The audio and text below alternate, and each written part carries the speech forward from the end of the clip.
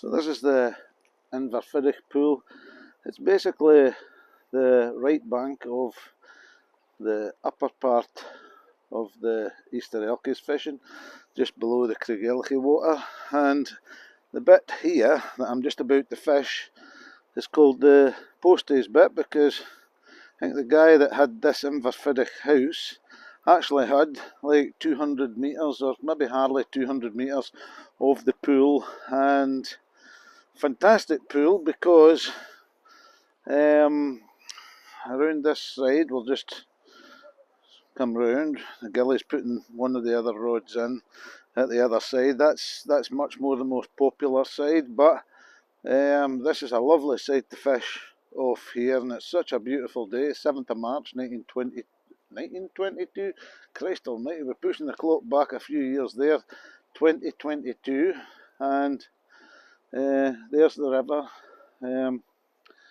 and just at the end of the bank, coming into view there, we've got the Fiddich burn, and so Glenfiddich and all that.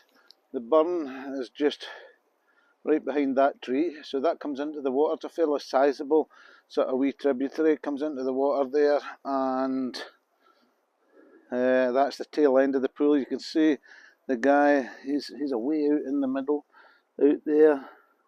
I could straighten up this tripod, but I'm not going to. Or should I? I should maybe do that. There we go. So he's right out in the middle. He's going to fish the tail end of the pool. In higher water, the seam to the left, where the birch trees are off the bank, is really quite good. And at this height, the neck and the tail are really nice fishing. You can see it. So good fishing off this bank as well as the other bank, especially when the water's like this. So spring tactics, but I'm always, when it's like this conditions, I'm always thinking, well, there's a good half chance, even when I'm doing a wee bit of rod testing, there's a good half chance of a fish here. So at the end of the day, I'm going to go in there with a high D line that I'm testing out. So what I've got is a 15-foot rod. A 15-foot rod. I think I like using a bigger rod for the sinking lines, and I'll explain that a wee bit more as I'm casting it. But I do like using a bigger rod for the sinking lines. Even the shooting heads, I mean, this one here is a shooting head, a high D. It's going down about 5-6 inches per second, really, really fast. Might be actually a wee bit too fast for here, but we shall soon find out. It's a wee bit of a test day. Like all my days with the fishing, it's nearly always test days, so we shall see. I've got a green Highlander intruder here, and so it's a fairly sizable fly. Clear water conditions. We've got probably about 35 degrees water temperature, and we'll just give it a wee go with this really fast sinker in here. It's quite deep to my side, so I'm not envisaging too many problems with depth here. This one will certainly get down, and I don't know if this part of the river's being fished here this year or not yet, but anyway, we shall give it a try. Beautiful stream on this side, absolutely cracking, and it's a lovely height. I think on the gilly said it's like 7 inches on the gauge, and it seems ideal for this side, especially for a spring water. Feels really fishy and good. So the line I'm fishing, I just alluded to earlier on as I'm coming down. So it's a head. It's a very fast sinking head, and one of the reasons I like a 15-foot rod, or slightly bigger, maybe 14-foot 6, 15, even when fishing these lines, is that I don't have to roll it onto the surface. I don't have to do that. I can use, if you look at the rod now, I can lift the rod nice and high. That brings the line, even a very fast sinking line like this one, That brings it onto the surface before I make the all-important load and move, swing or sweep, whichever you want to call it. But this is how I do this, and this is how I personally like it. So anyway, we make a really high lift, that brings it to the surface, and even that big, heavy sinking line that's going way down, basically as it's come round here, it's going to be at least 4 foot down. At least 4 foot down, maybe even more. And it's going to be easy to pull that to the surface. Nice slow lift, there's it, come to the surface, there it is, now good. All ready for action again, all ready for the cast. The lift in any Spey cast is basically the prep. It's basically prepping the cast, that's all you're doing. Prepping the cast, so you're bringing the line to the correct place in the water, i.e. the surface of the water, before we make the swing, sweep or load and move. So we'll see that again here as I come up, or I hope you can. So it's there, that's prepped it, that's it on the surface, and off we go. That actually didn't quite come to the surface this time.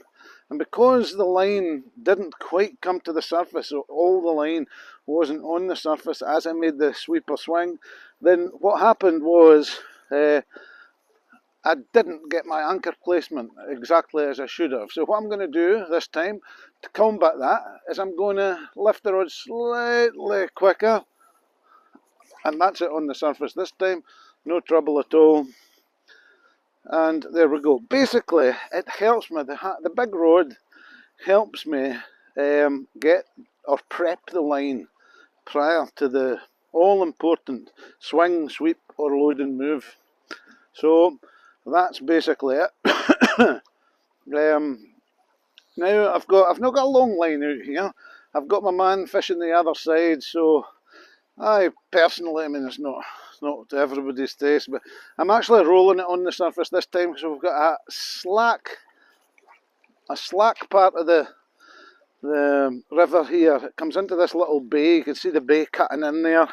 It's quite slack, so that's going to drag, as the current drops away, that's going to drag that high D line right down, and it's going to go really deep in there. So this is just the type of occasion that we actually do need a roll cast, and the whole function of the roll cast is to, you've guessed it, bring the line to the correct place. That's it on the surface there. Now I can make my Spey cast really quite easily, no trouble at all. Although that wasn't just the best example, it has to be said. But often, that one's, strangely enough, when you make a poor cast, that one's are sometimes the ones that take a fish. You just never know. Salmon fishing, there's no many rules in it. I think the only rules that I know is just keep your fly in the water. The longer you do that, and the more time you spend in the likely areas, then the easier and the more salmon you're going to catch, you know. So I would say that that's it. Keep your fly in the water, keep the fly in the correct areas, and by that I mean maybe the speed and the depth vary it. Salmon tend to like flies being fished at different speeds and at different heights in the water column. This one is mega heavy. It's going down. Oh, I would hate to have fell in there, but almost did. That's just my laziness for not putting on my nice studded boots for this slippy path. It's not been walked on this year, and it would have just been the price of me if I'd went and took a bit of a dive in there. But fortunately that's not the case yet. I'm going to emphasise yet. I hope I didn't fall in there. It is really cold today. You can see in this part here I'm roll casting it onto the surface. Because I'm roll casting it onto the surface because this area here is slack, so it's coming off that hard stream. It's coming into a bit of a slack water, and because this is deep in here, what happens is you get a wee bit of a backwater in there and it sucks the line down. Even a floating line gets sucked down sometimes in this area, but a very fast sinker like this certainly gets sucked down, and it's a good idea as it comes off the current to just work the fly into the edge. And that's the way it works.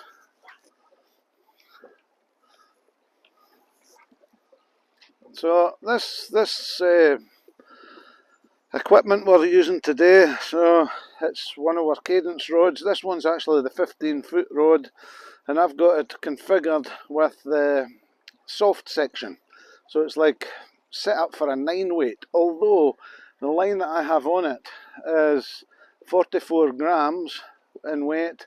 It's a shooting head basically, but it's quite a long shooting head, 48 feet, and like I say, I like it because I think the bigger rod gives me more control of the line as I lift it up out of the deep water. So that's it. So we're coming to the bit of the pool that always causes a wee bit of a snag as well. Here, when you're coming down, and well, there's a dog. He's managed to catch something already, and the path goes into the bank, leaving this part protruding. It's always a kind of tricky little spot when you're spey casting off of here, and so for a normal kind of spey cast, it's no trouble at all really. But once I'm in the middle of this and I've got this bank protruding, I've maybe got some pieces of trees and stuff that are stuck in there, then it makes it a wee bit more difficult. Just working the fly there as it's coming off that main bit of the current there. Dog's always off a keen and picking up stuff for the river. Don't know what it is. Maybe thinks it's a bird, I've no idea. Anyway, so this time I'm going to do something slightly different. Because it's come in here, I'm just going to drift that off to the side. As I push that one out, it means that the fly is now going to be anchored way out. So a little further out in the stream there. Because my starting position of the swing was over the bank, slightly to the right, it means that when I then move the line from anchor point 1 below us to anchor point 2, it's going to land at anchor point 2 a little further out. So more distance between me and the anchor. Again, we'll do that same or similar cast this time. There's a line on the surface. Here's me moving the rod all the time. Look, slightly over the bank, out there, lands well out from me. I still get a really decent cast. I can cast the fly as far, certainly, as I need it out there. And this time I can start fishing it more.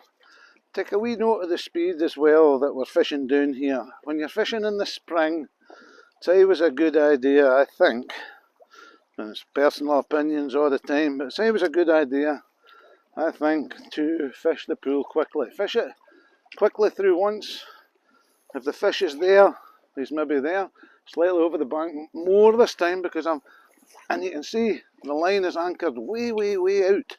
So even though I've got this bank protruding here to the upside of me, and that's going to potentially cause me problems with my D-loop, because I've anchored the fly much further out that time, then it's not causing such a problem. So there we are. I was talking about speed of fishing. I like taking 2 good paces every cast. I think it's good to do that, especially in the spring. No dwell too much on it. Plus the fact, if you have other people, this is why I don't like this monofilament nylon either, the running line. If you've got someone on the other side, then you don't want to be hanging around. If you've got someone following you whilst you're doing any fishing, fly fishing, the etiquette, proper etiquette, is to take 2 steps, a couple of yards at a time, And just keep yourself fishing down through the pool at a nice easy pace. If I'm hanging around the good bit here, it means the guy on the other side has to do the same, you know, or the guy behind me has to do the same. So it's always good to have good etiquette on the river. Not just think, oh, I'm at the good bit, so it's all about me. You should be thinking about the guys that are fishing round about you as well. Maybe not quite enough of that actually nowadays, but for the most people follow that. Anyway, here we are, just at the apex of this really slack area. You see me coming right in towards the bank there. I'm going to push it away out there, keep the thing moving, and even with that really difficult colour of a line, it's difficult to see that line. Even with that really difficult colour, I can do this cast pretty much by feel.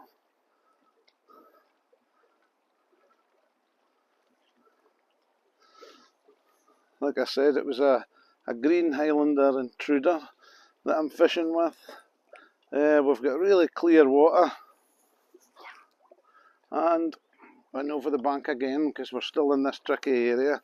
Nice little anchor there, and fishing off a high bank is never the easiest, to be honest. You have to give everything much more time.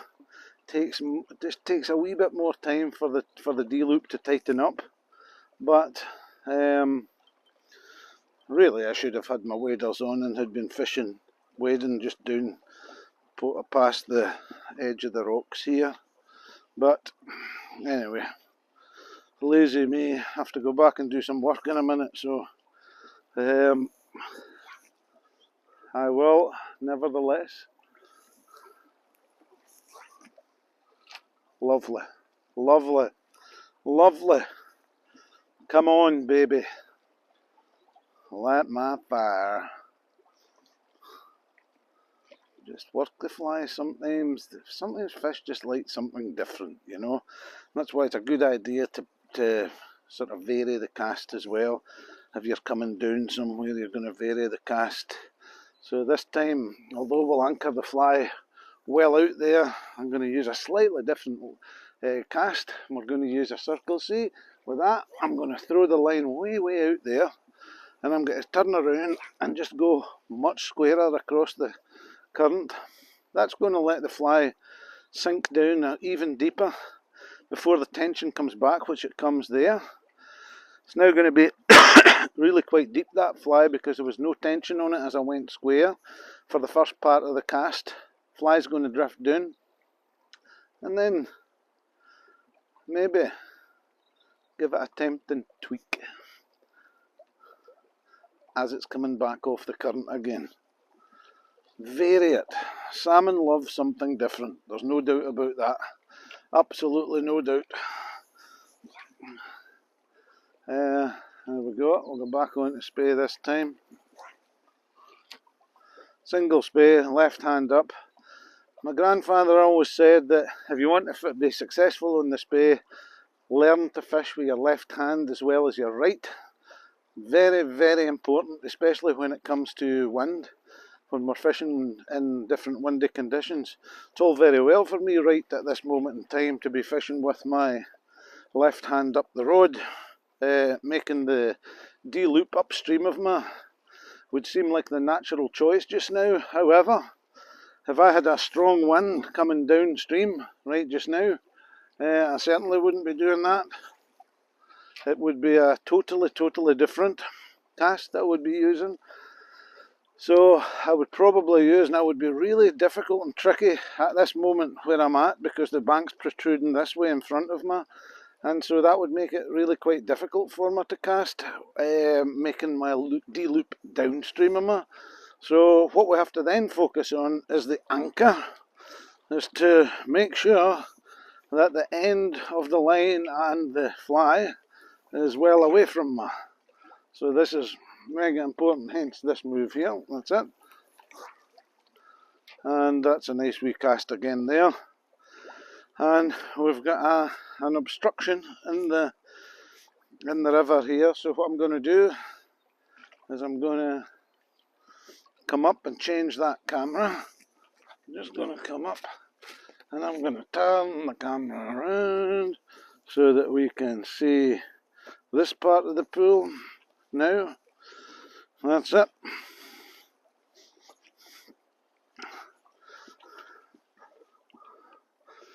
And we can see the obstruction in front of me there as well. It's not just the best, but anyway, here we go again.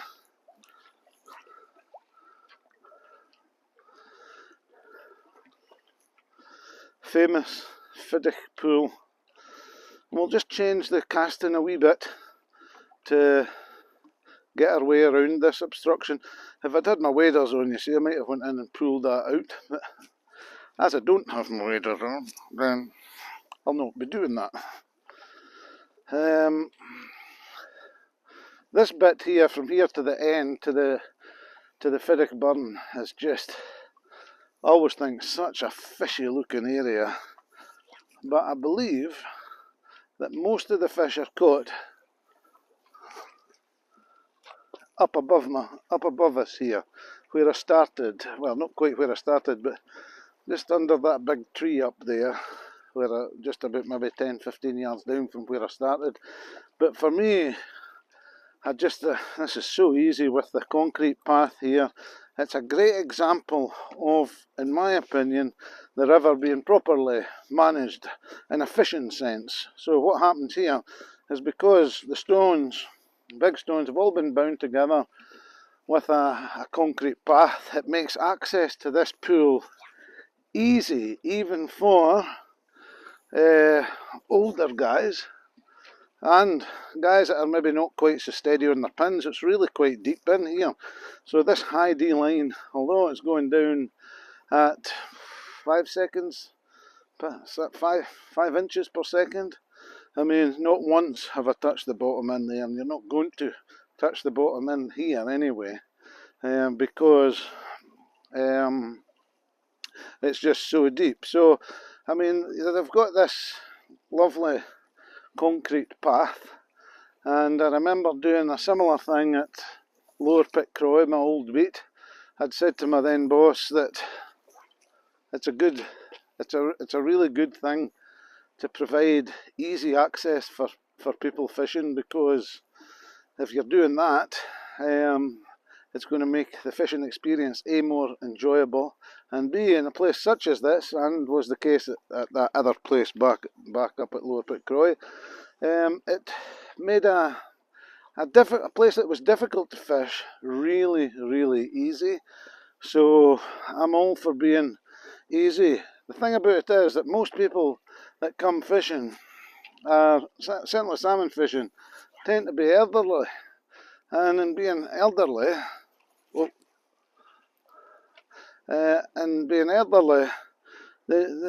cannot wade into here and through rocky stones, and so it's much easier to make life easier for them, and hence this walkway. There'll be a lot of fish caught in this pool because of this walkway.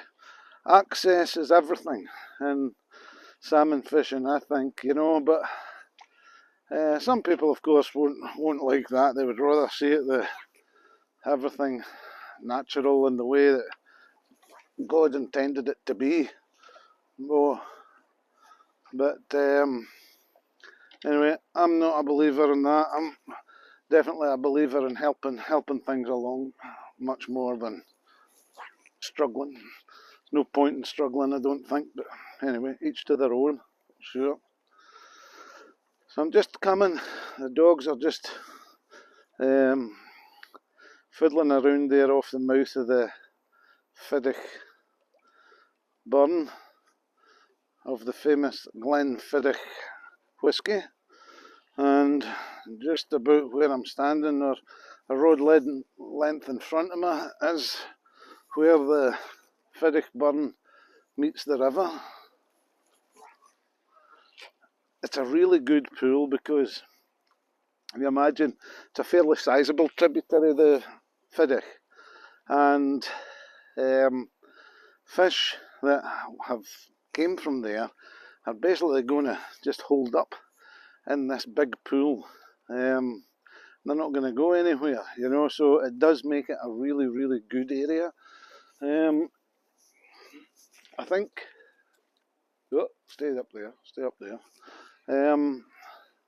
When we had divers in the river a few years back, and this was one of the pools that we dived in, and that was a year where there were where numbers of fish were really, really poor. 2018 we had a drought, really poor run, and so we wanted to see just how many fish we actually had. And here was one of the pools in this area that had more fish in it than any other pool. Down towards the tail end, about 100 metres below where I am just now, there were a good number of fish, and like I say, it was pretty much the only place that we had any head of fish at all. So it is one of the key pools in this whole area, and the reason being this burn here in front of me. It's such a lovely day to be fishing here today though, just so nice. And that's me coming down. So I've come down with a fairly large fly and a very fast sinking line. So I've been showing them it, and I've been trying to get the fly in front of their nose for sure. So next time I'm going to come down, instead of the 15-foot cadence rod, I'm going to have the 14-foot 6 cadence rod. I'm going to fish it with a they like to call them a hover line. We had a wee discussion in the hut about this just before we came fishing. What is a hover line? It's a very slow sinking line, simple as that. So the density of the line is just similar to that of water, so it's going to sink mega slow. It's like what they used to call a neutral density line. And I'm going to come down with an intermediate line next, because it's going to sink at about 1 inch per second, whereas that other one's going to sink, well, it just hovers on the water. Any current is going to keep the line up near the surface, but in still water it would still sink the same as any other one. So that's the fast sinking one, ultra fast sinking. That was easy to cast down there, I have to say. Mega easy to fish down there. The 15-foot rod with the 48-foot shooting head, even though it's sinking at 5 inches per second. An absolute doddle. The whole key to that is to get the fly right on the surface prior to making the swing or sweep. The answer: swing or sweep is the key part of any fly cast. It's basically the loading move. That was a move that was or it was certainly a phrase that was coined, or the first time I heard it was from Joan Wolfe, who for me is one of the most amazing fly casters and fantastic teacher. She is a goddess when it comes to fly fishing. So there we go. That's the wonderful Fiddick pool, and we'll give it a go now with the intermediate line.